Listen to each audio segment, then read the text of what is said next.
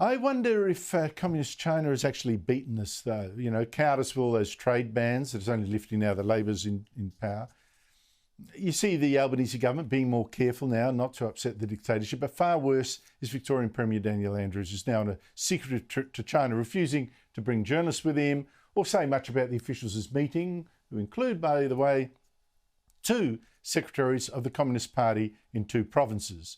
Now, Andrews is also refusing to say anything publicly about human rights while he's in China. In particular, the fact that 2 fellow Australians of ours have been locked up in jail in China on fake charges of spying. Journalist Cheng Lei, who hasn't spoken to her children in Melbourne in all that time, and writer Yang Hengjun. Former Minister Penny Wong, she has fought for these 2 Australians, but Daniel Andrews won't. And it's not alone, by the way. Billionaire Andrew Forrest, who sells iron ore to China, is in China to meet the new China's Premier. He's a huge suck-up to China. And he was asked, could you at least put in a good word for the Australians? He said, no, I have no issue whatsoever advocating their cases, but I will not be talking about it. He could, but he won't. And he doesn't even have the guts to say he's scared of the dictatorship, losing a bit of money. Joining me is someone who has fought for 2 years for justice for her former colleague, Cheng Lei. It's Sky News US correspondent Annelise Nielsen. Annelise, you must be so disappointed by this silence. Look, there's a few reasons why this trip and how it's been handled is so disappointing. One, the fact that no journalists have been allowed to go along. There's zero accountability in that. And frankly, there haven't been any questions answered about whether it's even safe for journalists to go with. We have Cheng Lei in detention. We've had 2 Australian journalists forced to flee China, and we're still not sure about the circumstances of that. So for Daniel Andrews to be going to China without any journalists, without any assurance that journalism is safe to go with a premier, leaves so many questions that he doesn't seem interested in answering. But the main issue with how this has been conducted is he has her children as his constituents. He should be answering to them about what he's doing as their elected representative in China, and he's completely disinterested. To fob it off and to say, well, I mean, there's a number of people in detention in China, that's not my problem. That's a huge problem. That's a huge problem for the relationship between Australia and China, that you've got too many people in detention to keep track of, and that she's not a priority. And so this is why he's getting so much criticism, and I know there haven't been answers because he's got no media with him, which is not forgivable. Now, Cheng Lei's children, as you say, live in Victoria. That's where they're being raised. Haven't seen their mum for years now. An approach, I believe, was made by Cheng Lei's partner to Daniel Andrews to try to get her case raised on his visit there. What happened?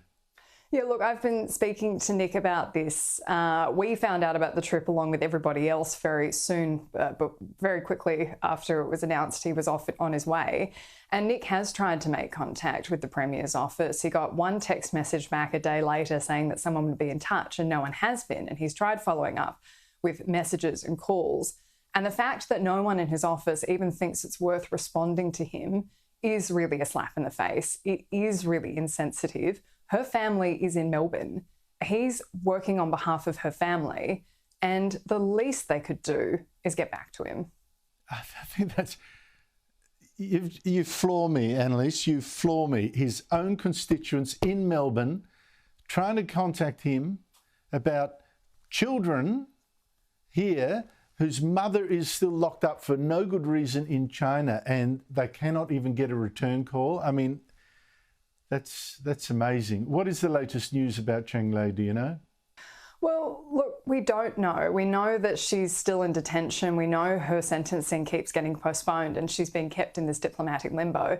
And Andrew, I would like to add that I know people are going to try to write off what I'm saying, what you're saying, because of who we are, who we work for, what time of day it is. But this is not a politically charged thing for us. This is us just wanting to get Cheng Lei home in one piece to her children.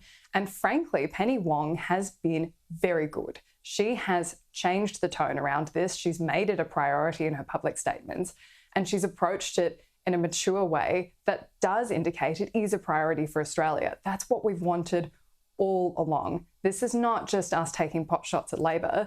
This is saying Daniel Andrews has legitimate questions to answer and he's avoiding it, and no one in Australia should be accepting that as legitimate.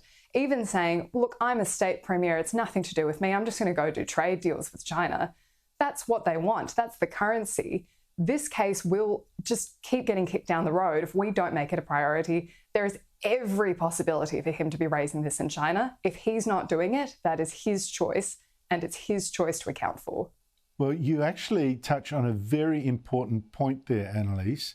The Foreign Minister, Penny Wong, is in charge of Australia's foreign policy. That's under the Constitution as well. It's a federal responsibility.